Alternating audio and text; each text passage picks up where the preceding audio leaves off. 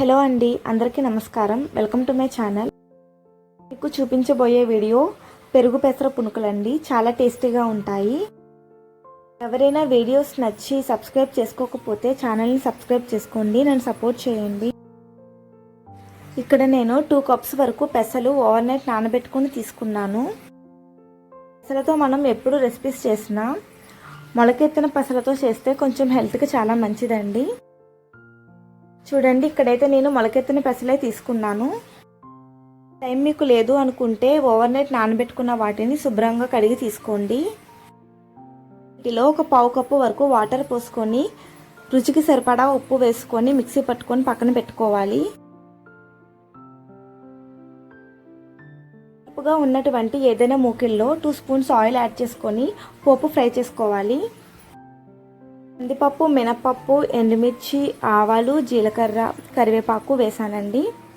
మీకు కావాలి అనుకుంటే కొంచెం పసుపు కూడా యాడ్ చేసుకొని పెరుగుని ఉండలు లేకుండా మజ్జిగలా వేసుకొని కలుపుకోవాలి.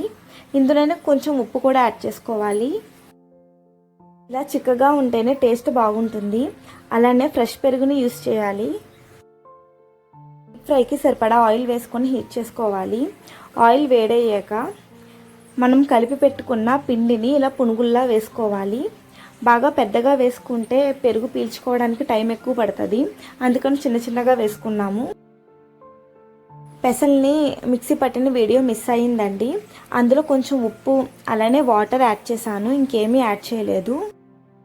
వీటికన్నా కొంచెం పెద్ద సైజులో కూడా వేసుకోవచ్చు.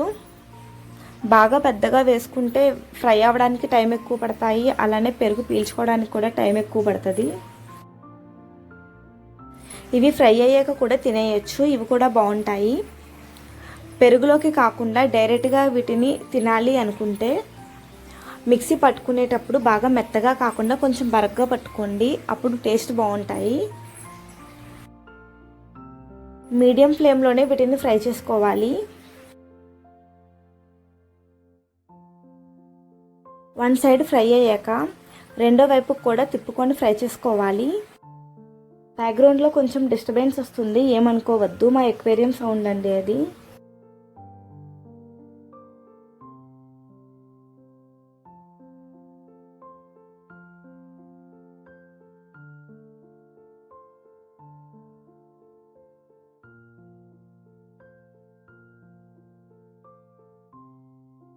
టూ సైడ్స్ బాగా ఫ్రై అవనివ్వాలి. మంచి కలర్ వచ్చాక వీటిని ఆయిల్ నుంచి సపరేట్ చేసి పెరుగు తాలింపులో వేసుకోవాలి.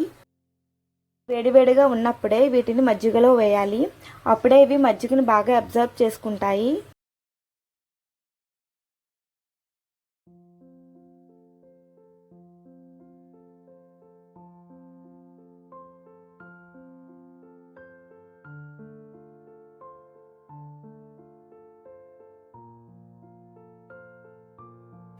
ఇదే ప్రాసెస్లో రిమైనింగ్ పిండిని కూడా ఇలా పునుగుల్లా వేసుకోవాలి.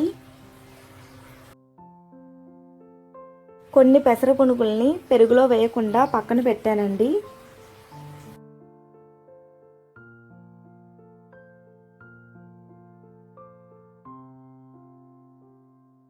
ఇలాంటివి ఎప్పుడైనా ఇంట్లో చేసినప్పుడు ఒకవైపు వేస్తూనే ఉంటాము, వేసినవి వేసినట్టు ప్లేట్ ఖాళీ అయిపోతుంది ఒక్కోసారి.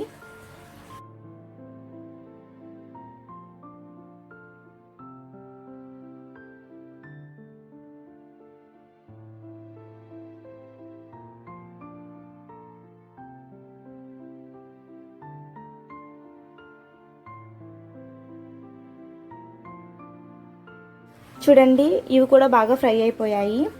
వీటిలో కొన్ని పెరుగులో వేసి కొన్ని మామూలుగానే ఉంచేసాము.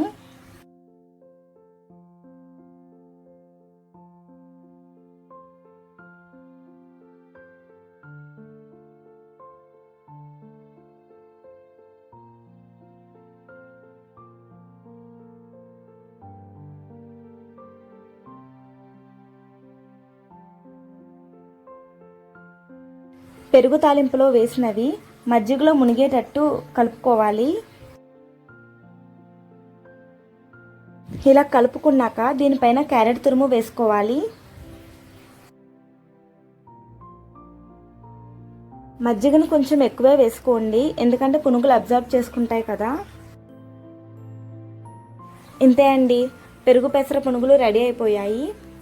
టేస్ట్ అయితే చాలా బాగుంటుంది, ఒకసారి ట్రై చేయండి. ఆయిల్ కూడా ఎక్కువగా పీల్చుకోలేదండి. వీడియో నచ్చినట్లయితే ప్లీజ్ మర్చిపోవద్దు ఒక లైక్ ఇవ్వండి. ఇంకా ఎవరైనా ఛానల్ని సబ్స్క్రైబ్ చేసుకోకపోతే సబ్స్క్రైబ్ చేయండి, నన్ను సపోర్ట్ చేయండి. మరో వీడియోతో మళ్ళీ కలుద్దాం. బాయ్.